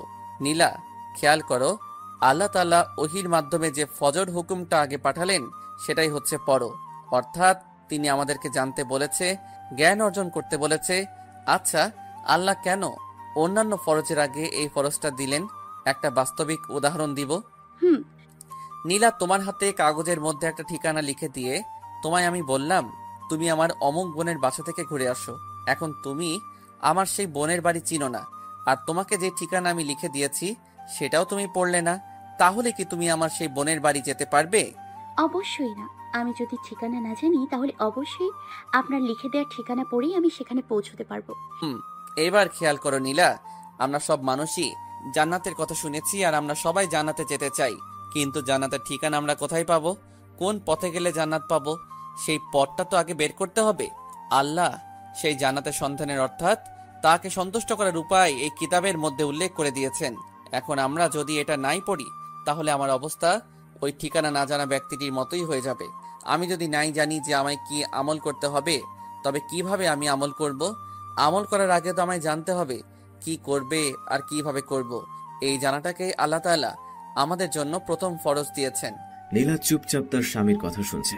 নীলা হয়তো ভাবছো যেদিন থেকে এসেছি শুধু বকটলেই যাচ্ছে, বলেই যাচ্ছে হ্যাঁ আমি বলছি শুধুমাত্র তোমাকে তোমার রবের সাথে পরিচয় করিয়ে দেওয়ার উদ্দেশ্যে এবং তার বিধানগুলোই তোমায় জানিয়ে দিচ্ছি, কারণ আমি তোমায় ভালোবাসি আল্লাহ তাআলার জন্য এবং তোমায় নিয়ে আল্লাহ তাআলার জান্নাতে একই সাথে থাকতে চাই। এই না না না, আপনি কি বলছেন? আমি এমন কিছুই ভাবছি না। সত্যি বলছি, আপনার কথা শুনতে খুব ভালো লাগে আমার, আর এই সময়টা খুব ভালো লাগে আমার।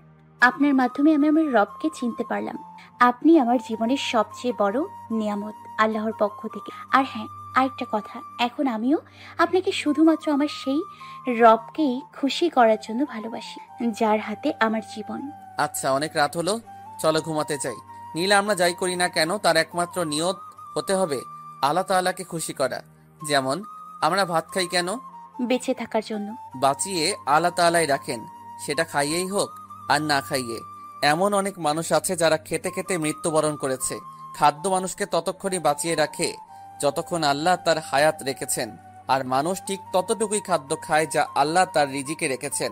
আমরা যদি এই নিয়ত করি যে ইবাদত করতে হলে আমার শক্তি প্রয়োজন আর আমি সেই জন্যই খাবার খাই, অর্থাৎ ইবাদত করার জন্যই খাদ্য খাই, তবে তোমার এই সামান্য নিয়তটাও আল্লাহ তাআলাকে খুশি করতে পারে।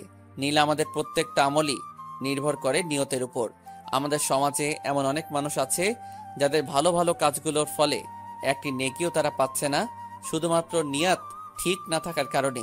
যেমন এমন অনেক নেতা আছে যারা জনগণের কাছে ভালো সাজতে নামাজ আদায় করে, এমন অনেক কর্মী আছে যারা নেতাকে খুশি করার জন্য নামাজ আদায় করে, এমন অনেক লোক আছে যারা বাধ্য হয়ে নামাজ আদায় করে, এদের নামাজ বিন্দু মাত্র উপকারে আসবে না হাসরের ময়দানে।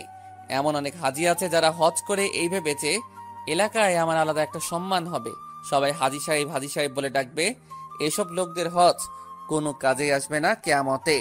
অথচ একটা কবুল হজের বদলে আল্লাহ তাআলার কাছে দেওয়ার মতো জান্নাতি আছে, কিন্তু আমরা তো আল্লাহ তাআলার জন্য এটা করছি না, আমরা করছি সামান্য সম্মানের জন্য। আবার এমন অনেক জাকাত দাতাও আছে যারা নির্বাচনী প্রচার অথবা নিজের জনপ্রিয়তা বৃদ্ধির উদ্দেশ্যে মাইকিং করে জাকাত দেয়। অথচ হাদিস আসছে যারা গোপনে দান করে তারা কিয়ামতের দিন আল্লাহ তাআলার আরশের ছায়ার আশ্রয় পাবে। কিন্তু আমাদের উদ্দেশ্য সহি নয়। যাক মহারানী, অনেক রাত হয়ে গেছে, চলো ঘুমাতে হবে তো। চলুন।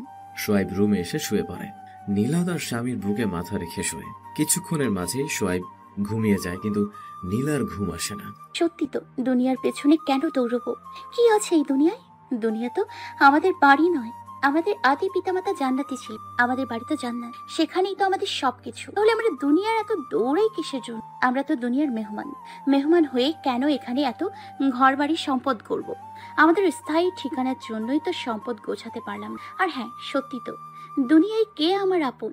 আমার জন্মের একদিন আগেও আমার পিতামাতা জানতেন না আমি ছেলে না মেয়ে। সেখানে আমি কি খাবার খাবো এগুলোর কিছুই তো তারা ভাবতে পারিনি। তখন তো এই সব কিছু আমার রব আমার জন্য করেছেন। তবে কেন আমি এখন তাকেই ভুলে যাব? এই এক সপ্তাহ আগেও আমার স্বামী আমায় চিনতেন না, কিন্তু আমার জন্মেরও হাজার হাজার বছর আগ থেকেই আমার সৃষ্টিকর্তা আমাকে চিনতেন। তবে কিনা সেই রবকে আমি ভালোবাসবো না? কেন দুনিয়ায় আমার কাছে প্রিয় হবে? কেন দুনিয়ায় আমার কাছে প্রিয় হবে? আমি তো সেখানে থাকতে পারবো না। এই দুনিয়ায় জনপ্রিয় হয়ে কি হবে? দুনিয়ায় তো একদিন শেষ হয়ে যাবে।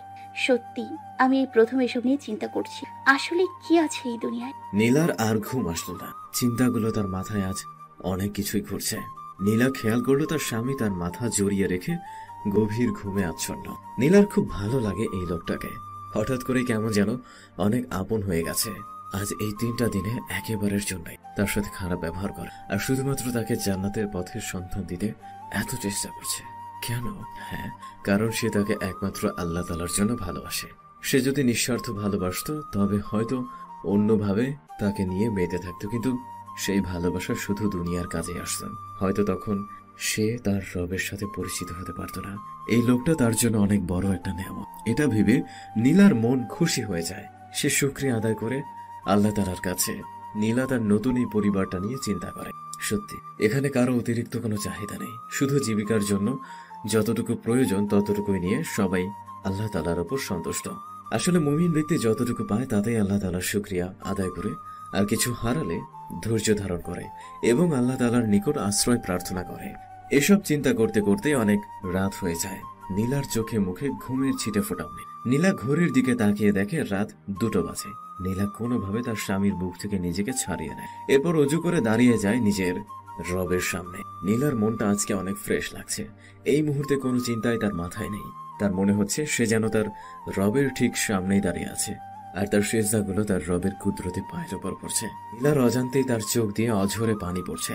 চিৎকার করে কাঁদতে ইচ্ছে হচ্ছে তার যেন মনে হচ্ছে অনেক দেরি করে ফেলেছে সে নিজের এবং তার রবের পরিচয়টা জানতে। নীলা নামাজ শেষে 2 হাত তুলে তার প্রভুর কাছে নিজের সব অব্যক্ত কথাগুলো বলতে থাকে। নিজের পুরনো সব ভুলের জন্য ক্ষমা প্রার্থনা করে এবং মৃত্যুর আগ পর্যন্ত ঈমান নিয়ে বেঁচে থাকার তৌফিক চায়। নীলা খেয়াল করে তার স্বামী আজ এখনো পর্যন্ত ঘুম থেকে ওঠে। রাত 3:42। নীলা নিজেই ডেকে তোলে তার স্বামীকে। নীলা ডাকায় আজ অনেক বেশি খুশি হয়ে সোহাইব, কেননা সে এমনটাই চাইছিল যে তার স্ত্রী তাকে যেন সবসময় জান্নাতের পথে ডাকে। সোহাইব ফ্রেশ হতে চলে যায়। ফিরে এসে নীলার কপালে চুমু খায়। জাজাকাল্লাহ খাইরন মহারানী, আমায় ডেকে দেওয়ার জন্য। আজ এত তাড়াতাড়ি উঠলে কিভাবে? আজ ঘুম আসছিল না, তাই ভাবলাম সময়টা নষ্ট না করে কাজে লাগাই। তুমি কি একটু ঘুমাওনি? না, ঘুম আসেনি। এইটা ঠিক না মহারানী। আপনি যদি একটু রাত নফল ইবাদত করে পরবর্তী দিনের ফরজ ইবাদত না করতে পারেন তাহলে তো হবে না। শুনো, ঘুম সবার জন্যই দরকার, কেননা এটা ঠিকমতো না হলে শরীর খারাপ করবে, আর এমনটা হলে অন্যান্য ইবাদতগুলোই সমস্যা হবে। কি করব, ঘুম আসছিল না তো। আচ্ছা ঠিক আছে মহারানী, চলুন নামাজ পড়ি। এরপর নীলা আবার তার স্বামীর সাথে নামাজ পড়তে থাকে। কিছুক্ষণ পর, মহারানী আপনি ঘুমাবেন না? আমি কিন্তু শুয়ে পড়লাম। এই যে শুনুন না, আর তো কিছুক্ষণ বাকি, ফজরের এখন না ঘুমালে হয় না? সোহাইব মুচকি হেসে বলে, মহারানী সকালে তো আমার অফিস আছে, আমাকে তো কাজে যেতে হবে। এখন যদি না ঘুমাই তাহলে ঠিকমতো কাজ করতে পারবো না। আল্লাহ তাআলা তো আমাকে 3 জনের দায়িত্ব দিয়েছেন এবং তাদের প্রয়োজন মেটানো আমার জন্য ফরজ করে দিয়েছেন। তার এখন তো একটু ঘুমাতেই হবে। নীলা, একটা জিনিস কি লক্ষ্য করেছো? বর্তমান নারীরা বলছে ইসলাম তাদেরকে অধিকার দেয়নি, তাই এখন তারা রাস্তায় নেমেছে সমান অধিকারের জন্য। নীলা জানো, নারীদের জান্নাতে যাওয়ার জন্য 4টা আমলই যথেষ্ট। 1 5 ওয়াক্ত নামাজ, 2 রমজান মাসে রোজা, 3 পরিপূর্ণ পর্দা, 4 স্বামীর আদেশ মানা। স্বামীর আদেশ অবশ্যই শরীয়তের বিপরীত হলে তা ত্যাগ করতে হবে। আর যাদের স্বামী নেই বা তালাক প্রাপ্ত তাদের জন্য পিতা মাতা ভালো আদেশ মেনে চলা। শুধু এই 4টা আমলই যথেষ্ট। হ্যাঁ, এটা সত্য যে ইসলাম নারীদেরকে পুরুষদের অধীনে রেখেছে, তার মানে এই নয় যে ইসলাম নারীদের ছোট করেছে। পুরুষদেরকে সামনে রেখে ইসলাম নারীদের নিরাপত্তার ব্যবস্থা করেছে। আর তুমি কি একথা জানো যে যারা অধীনস্থ থাকে কিয়ামতে তাদের হিসাব সহজ হয়? যেমন তোমরা আমার অধীনে এখন যদি তোমরা কোনো ভুল করো আর আমি যদি তা শুধরে না দিই তবে কিয়ামতে সেই ভুলটার বিনিময়ে শাস্তি আমাকেও পেতে হবে। কিন্তু অধীনস্থদের ক্ষেত্রে এমনটা হবে না। যেমন উদাহরণ, একটি কোম্পানিতে যদি কোনো শ্রমিক কাজে ভুল করে এবং এর ফলে কোম্পানির ক্ষতি হয়, তবে কোম্পানির মালিক এসে কিন্তু ওই শ্রমিককে ধরে না, ধরে ওই লোকটাকে যার আন্ডারে ওই শ্রমিকটা কাজ করে। কিন্তু যদি ওই লোকটা কোনো ভুল করে তার জন্য তার আন্ডারের কোনো শ্রমিকের জবাব দিতে হয় না। অধীনস্থদের অনেক সুবিধা নিলা, কিয়ামতে তাদের হিসাব অনেক সহজ হয়। আসলে আমরা যদি শুধু দুনিয়ার কথাই চিন্তা করি, আমরা যদি ভাবি যে দুনিয়ায় সব, আমাদের নীতি যদি হয় নগদে যা পাও হাত পেতে নাও, বাকির খাতা না হয় শূন্যই থাক, তবে ইসলামের একটি নিয়মও আমাদের কাছে মূল্যবান মনে হবে না। কেননা প্রত্যেক মুমিন ব্যক্তি জানে দুনিয়া থেকে আখিরাত অনেক উত্তম, তাই প্রত্যেক মুমিনই চায় দুনিয়া দিয়ে আখিরাত ক্রয় করতে। এরপর সোহাইব নীলাকে আরো অনেক কিছুই বুঝিয়ে বলল। এর মধ্যেই ফজরের আজান হয়ে গেল। আজানের সময় তারা আজানের জবাব দিয়ে দিল। নীলা এই বিষয়টা অনেক আগেই তার স্বামীর কাছ থেকে জেনে নিয়েছে। সে এটাও জেনেছে যে ব্যক্তি আজানের উত্তর দেয় এবং আজান শেষ হলে আজানের দোয়া পড়ে, হাসরের দিন ওই ব্যক্তির জন্য সুপারিশ করা আমাদের রাসূল সাল্লাল্লাহু আলাইহি ওয়াসাল্লামের জন্য ওয়াজিব হয়ে যায়। সরি, কেন? আপনাকে ঘুমোতে দিলাম না তাই। আরে মহারানী, আমি কিছু মনে করিনি। তুমি কিছু জানতে চাইলে আমার ভালো লাগে, সত্যি বলছি। সকালে তো আপনাকে অফিসে যেতে হবে। সমস্যা হবে না মহারানী, কাল হাফ ডে। নীলা তবুও মন খারাপ করে বসে থাকে। সোয়েব নীলার মন খারাপ দেখে নীলার কপালে চুমু খেয়ে বলে, আমার রানীটা এখনো মন খারাপ করে বসে আছে। বললাম তো কোনো সমস্যা নেই, তুমি গিয়ে একটু দেখে আসো মা বাবা ঘুম থেকে উঠেছে কিনা। নীলা চলে গেল তার মা বাবার রুমের দিকে। সোয়েব মুচকি হেসে ভাবতে থাকে নীলার কথা। সোয়েব চেয়েছিল একজন দিনদার হাফেজা মেয়েকে বিয়ে করতে। সে আল্লাহর কাছে দোয়া করত যেন তার স্ত্রী একজন দিনদার নারী হয়। কিন্তু যখন শুনেছিল তার বাবা তার বিয়ে ঠিক করে ফেলেছে এবং মেয়ে মডার্ন, তখন খুব খারাপ হয়েছিল। সোয়েব আল্লাহ তাআলার উপর ভরসা করত। তারপর সে চিন্তা করলো নিজের স্ত্রীকে সে নিজে চেষ্টা করে দিনের পথে আনবে। মাশাআল্লাহ, নীলার এখন বেশ অনেকটাই পরিবর্তন দেখা যায়। এটা আল্লাহ তাআলার ইচ্ছা ছাড়া কখনোই সম্ভব ছিল না, কারণ আল্লাহ তাআলাই হেদায়েত দান করার ক্ষমতা রাখেন। বাবা মা উঠেছেন, আপনি কি সুন্নত নামাজ পড়বেন না? হ্যাঁ পড়বো, চলো। এরপর সোয়েব আর নীলা ফজরের সুন্নত নামাজ আদায় করে নিল। এরপর তারা দুজনে আরো কিছু কথা বলল নিজেদের মধ্যে। এরপর সোয়েব তার বাবার সাথে মসজিদের দিকে হাঁটে। নীলা বাড়িতে তার মায়ের সাথে ফরজ নামাজ আদায় করে কিছুক্ষণ কোরআন পড়ে দুজনেই। তারপর শুরু করে নিজেদের দৈনিক কাজ। সোয়েব মসজিদ থেকে ফিরে কিছুক্ষণ কুরআন এবং তাফসির পড়ে, তারপর গোসল করে তার কাজের জন্য প্রস্তুত হয়। এরপর সবাই একসাথে খাবার খায়। নীলার ইচ্ছা করে স্বামীর সাথে কিছু সময় কাটাতে, কিন্তু তেমনটা হয়ে ওঠে না। সোয়েব নীলার কপালে চুমু খেয়ে বেরিয়ে যায় নিজের কাজে। নীলা ঘরের কাজগুলো গুছিয়ে বাড়ির পেছনে বাগানটার একটু পরিচর্যা করে। তারপর সে তার বাবা মাকে কিছুটা সময় দেয়।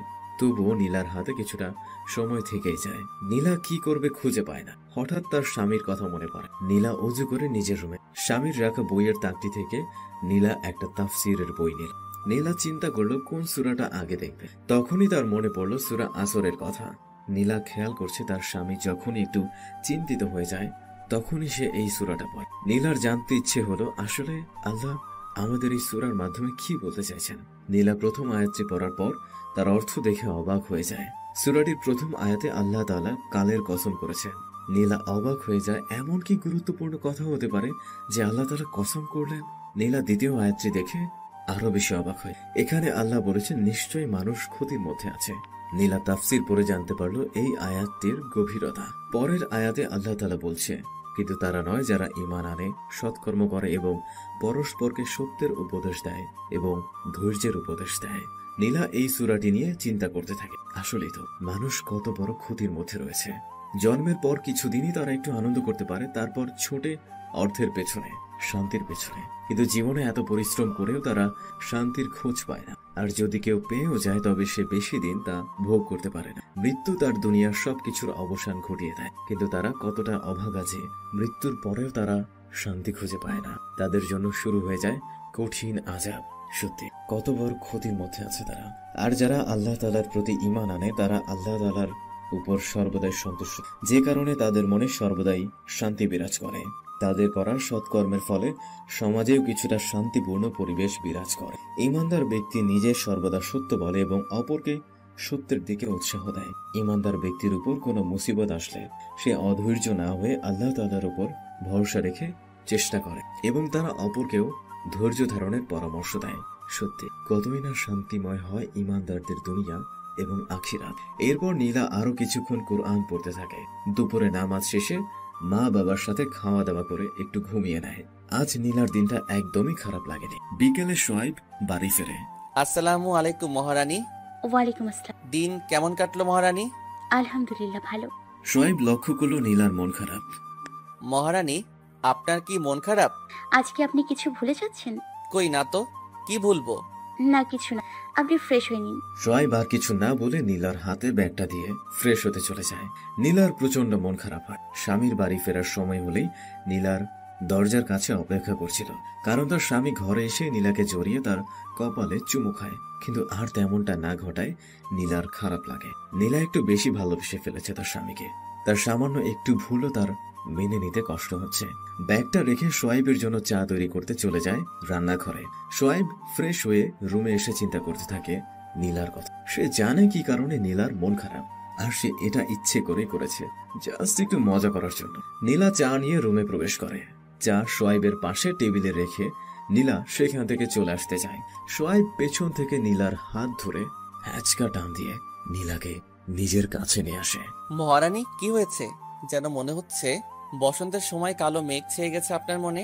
কিছু হয়নি, আমি রান্না করব, ছাড়ুন। ওরে বাবা, মহারানীর এত রাগ! একটা চুমু না দেওয়ায় এত রেগে যাওয়া? আমি রাগ করিনি। তাহলে কি মহারানী অভিমান করেছে? জানি না, এখন ছাড়ুন, রান্নাঘরে যাব।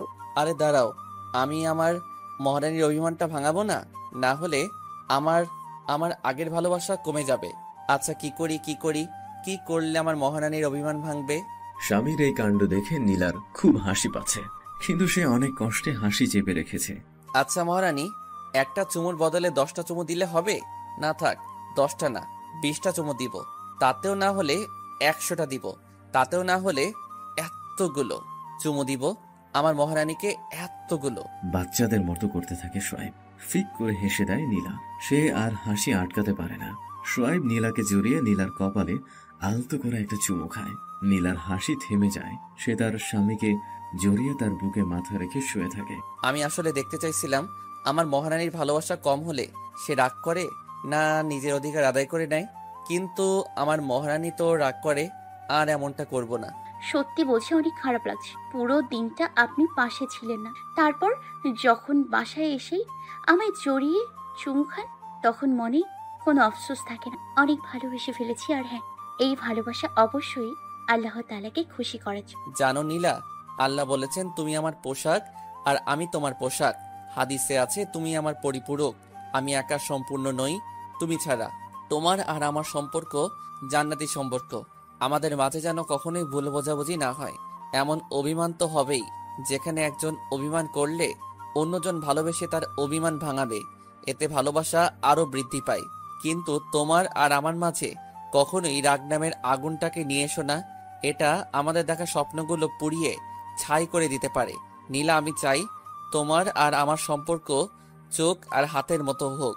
হাতে যেমন ব্যথা লাগলে চোখ অশ্রুর মাধ্যমে প্রকাশ করে, তেমনি চোখ যখন অশ্রু ঝরায় তখন হাত অতি যতনে তা মুছে দেয়। নীলা চুপচাপ তার স্বামীর বুকে শুয়ে আছে। সোয়াইব নীলার মাথায় হাত বুলিয়ে দিচ্ছে। এভাবে অনেকক্ষণ কেটে যায়। এই মহারানী, আপনার না রান্নাঘরে কি কাজ ছিল? এখন কোনো কাজ নেই। এইমাত্রই তো বললে কাজ আছে, চলো আমি যাব তোমার সাথে। না, কোনো কাজ নেই, আমি এভাবেই থাকবো, আপনি শুয়ে থাকুন। কি মহারানী, একটু আগে তো থাকতেই চাইছিলেন না, আর এখন তো ছাড়তেই চাইছেন না। আমি এখানে সব সময় পড়ে থাকবো, আপনার কোনো সমস্যা? আমার আর কি সমস্যা? আমার মহারানী তার নিজের রাজ্যে যা খুশি তাই করবে, তাকে কি না করার ক্ষমতা আছে আমার? আপনি আমার রাজ্য, আমি এখানে যা খুশি তাই করব। কিছুক্ষণ পর আচ্ছা, জান্নাতেও কি আমরা এভাবে থাকতে পারবো? জান্নাতেও কি আমরা একসাথে এভাবে সময় কাটাতে পারবো? আল্লাহ তাআলা যদি দয়া মায়া করে আমাদের জান্নাত দান করেন, তবে সেখানেও আমরা এভাবে সময় কাটাতে পারবো। এর থেকেও অনেক ভালোভাবে সময় কাটাতে পারবো। দুনিয়ায় আমাদের সময় নির্ধারণ করা, নির্ধারিত সময় শেষ হলেই আমাদের মৃত্যু চলে আসে, কিন্তু তখন আমাদের মৃত্যু থাকবে না। তখন আমাদের জন্য সময়কে নির্ধারিত করে দেওয়া হবে না। দুনিয়ায় তুমি আমাকে আর আমি তোমাকে কতটাই বা সময় দিতে পারি? দুনিয়াবি কাজ, আল্লাহ তাআলার ইবাদত, বিভিন্ন দায়িত্ব কর্তব্যের মধ্য দিয়েই আমাদের জীবন শেষ হয়ে যায়। আমরা যেন সব সময় একটা তারার মধ্যে থাকি, কিন্তু জান্নাতে তেমনটা হবে না। জান্নাত শুধুই শান্তির জায়গা। সেখানে আমাদের কোনো সময়ের হিসাব করতে হবে না, কোনো কাজ থাকবে না। আল্লাহ আমাদের উপর কোনো কিছুই সে সময় চাপিয়ে দিবেন না। তার দেওয়া অফুরন্ত নেয়ামতের বিন্দুমাত্র হিসেব চাইবেন না। সেখানে আমাদের নামাজ পড়তে হবে না, রোজা রাখতে হবে না, জাকাত দিতে হবে না, হজ করতে হবে না। এসব তো থাকলো জান্নাতীদের, কখনো ক্ষুধাও লাগবে না।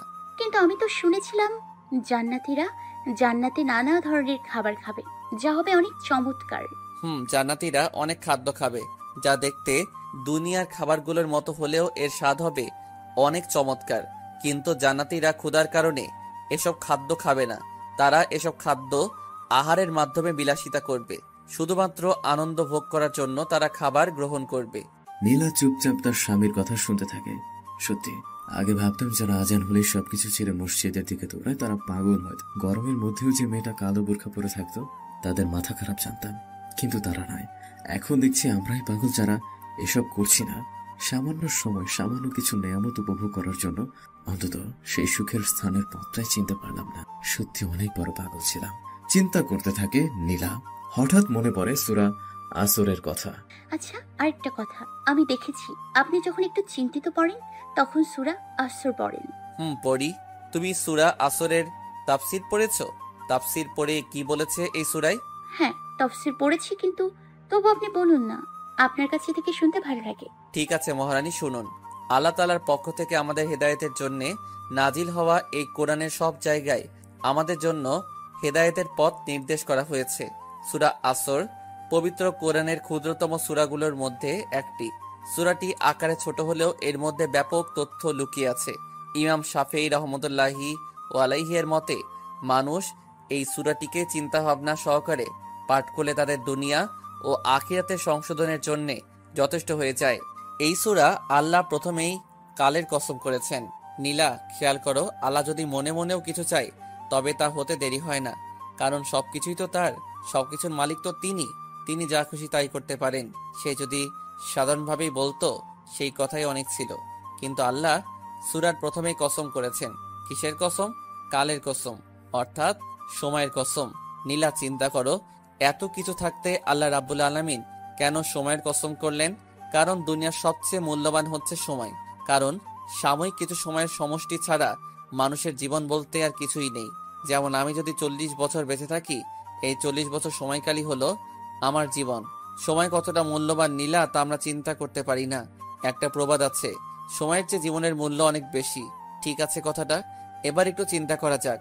নীলা, তুমি ভেবে নাও যে তোমার কাছে একটা টাইম মেশিন আছে, যা দিয়ে তুমি অতীতে যেতে পারবে আর ভবিষ্যতেও যেতে পারো। এখন আমি হঠাৎ একটি দুর্ঘটনায় মারা গেলাম। আপনি এগুলো কি বলছেন? আমি জাস্ট ধরে নিতে বলেছি। আমাদের যে গাড়িটা আছে ওটা চালাতে গিয়ে একটা দুর্ঘটনা ঘটে গেল। তখন তুমি চাইলে ওই টাইম মেশিনটা দিয়ে আবার অতীতে ফিরে গিয়ে আমাকে তখন সাবধান করতে পারবে, আর হয়তো তখন আমি বেঁচেও যেতে পারতাম। আপনি কি বলছেন? এগুলোর কিছুই তো বাস্তবে নেই। হ্যাঁ, বাস্তবে নেই তা আমি জানি। বিজ্ঞানের জন্ম থেকেই অনেক বিজ্ঞানী এই টাইম মেশিন তৈরির চেষ্টা করেছে, কিন্তু আজ পর্যন্ত কেউ পারেনি আর পারবেও না। কারণ যখন মানুষ সময়কে নিয়ন্ত্রণ করতে পারবে তখন সে মৃত্যুকেও নিয়ন্ত্রণ করতে পারবে। এবার তুমি ঠান্ডা মাথায় ভেবে দেখো সময় কতটা মূল্যবান। এই সময় কখনোই মানুষ নিয়ন্ত্রণ করতে পারবে না, এটা একমাত্র আল্লাহ তাআলাই পারেন, আর এটা তার কুদরতগুলোর মধ্যে একটা। তাহলে আশা করি বুঝেছো আল্লাহ কেন সময়ের কসম করলেন। এবার আসি দ্বিতীয় আয়াতে। এখানে আল্লাহ তাআলা বলেছেন নিশ্চয়ই মানুষ ক্ষতির মধ্যে আছে। এখানে মানুষ দ্বারা আল্লাহ সমস্ত মানুষদের বুঝিয়েছে শুধুমাত্র 4 শ্রেণীর মানুষ বাদে। এই 4 শ্রেণীর কথা আল্লাহ পরবর্তী আয়াতে উল্লেখ করেছেন। উক্ত 4 শ্রেণী বাদে আর সবাই ক্ষতির মধ্যে রয়েছে। কেন রয়েছে তারা